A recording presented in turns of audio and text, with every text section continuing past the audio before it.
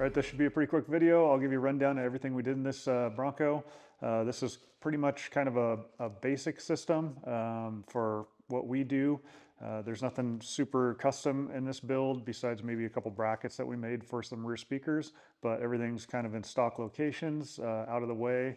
Nice, clean, simple system, and it sounds absolutely awesome. The first thing that we'll talk about is when this came in, it had the factory 8-inch screen in it, which is a smaller screen for these Broncos. I believe this is like a 21 or a 22, and I don't think they had the bigger screen then, or it was really hard to get.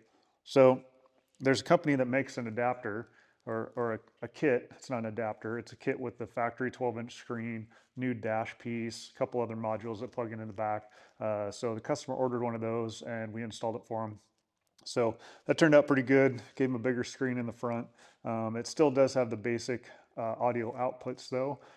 So we did have to do some stuff there. There wasn't like an integration piece that we could plug in to get the sound to our factory amplifier. Is super easy. So when you have the base system in these Broncos where it's not the B&O system, to integrate an aftermarket amplifier, you have to tie into the speaker leads of the factory stereo. And then you take those speaker leads and you run those into your amplifier or into a line level converter if your amplifier can't handle that much input. When you do that, you're taking out the factory speaker out of the equation, and the factory head unit and factory basic amplifiers, they like to see a load on those speaker wires. So if you take the speaker out of there, it's not seeing that anymore. So then it might shut down the factory head unit and it not put any output. So in that case, you buy these things called load resistors.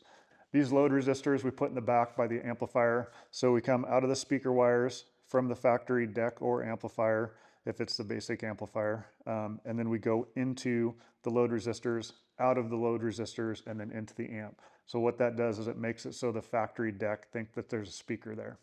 The other thing on the lower end or basic stereos in the Broncos is it has like an EQ almost that comes out of the that goes out to the speakers. So there'll be like crossovers involved where the rear speakers don't get full range.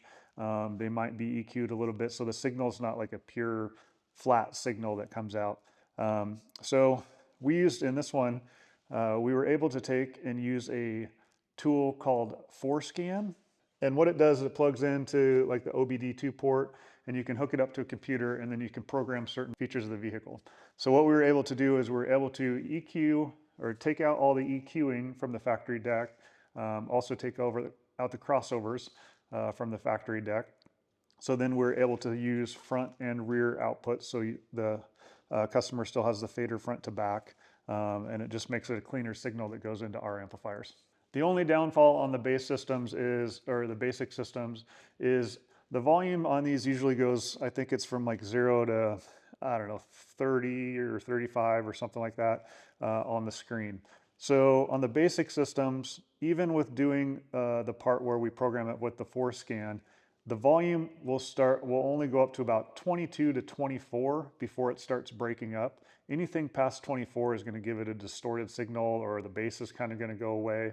So what we do is we, educate the customer and say, hey, your max volume on this is going to be 22 to 24, depending on the type of music you're listening to. So don't take it over that, else you're just introducing some kind of distortion. So then what we'll do is we will tune it so that it's kind of almost max volume on the amplifier at that 22 to 24 mark, and then just hope that the customer doesn't take it higher than that because it could damage some things. Okay, now that we've talked about how we integrated the factory screen and then got the signals to the aftermarket amplifier, the amplifier that we used in this one is a 5-channel amplifier. It's a JL Audio VX1005i. This amplifier, I believe, is 100 watts by 4, and then I believe the 5th channel is like 500 or 600 watts. So it's running the entire system: front speakers, rear speakers, subwoofer. That amp also has a digital sound processor in it, so we're able to EQ things, set crossovers really easily, do that all from our computer. And then we tune it with putting an RTA measurement in there, get it pretty close, and then we fine tune it by ear after that. For front speakers in this vehicle, we did the Focal Flax shallow 6.5-inch separates. So we did the 6.5-inch mid bass down in the factory location, down in the kick panels. It went behind a factory grill, so you can't see anything there. And then we took the tweeter and we put it in the dash, factory dash location. We made a little plate so that it fits in there well, mounts to the factory bolt holes, and factory grill goes right over the top so you don't see anything in the front. For rear speakers, we use the JL Audio 6.5-inch Vex pods. They're more for a power sport application, but we use them pretty much every Bronco build that we do. They're 6.5-inch speaker.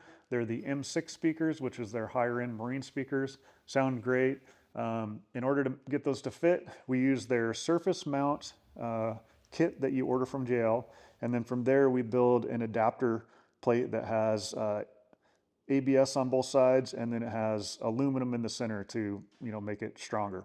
And then we'll use one factory bolt hole from the factory speakers that are back there, which are usually just a tiny little 4-inch or 3.5-inch speaker. We do have to drill one more hole for our mounts that we make. So we drill that, and then we put a nut cert in there. So it's a threaded bolt kit that goes in there.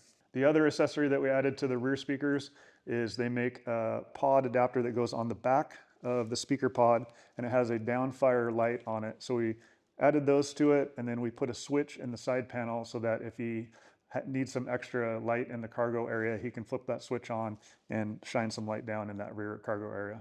As for placement of that 5-channel amplifier, we did that on the driver's side behind the rear factory panel. We were able to make a plate for it to mount on that mounts to factory bolts that were there. So we mounted the plate to that, mounted our amplifiers to that.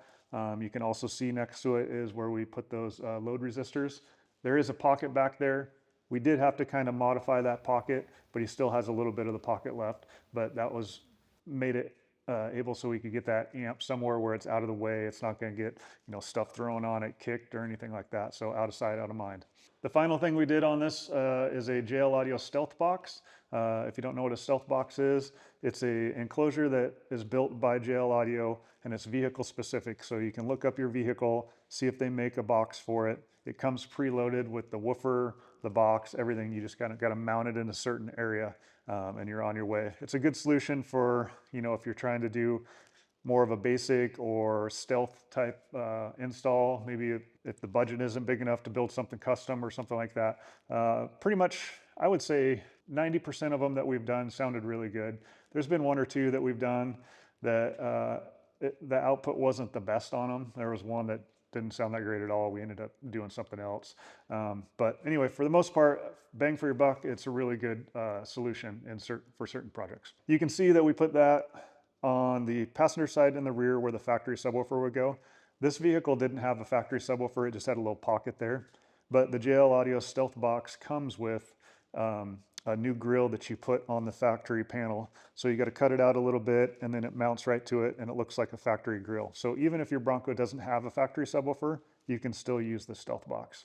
Since we're not using an aftermarket head unit that's going to have like a subwoofer control or something like that on it, and we're just using the factory screen, we added a bass knob. We put that in the center console so that way he can adjust the subwoofer control independently of everything else.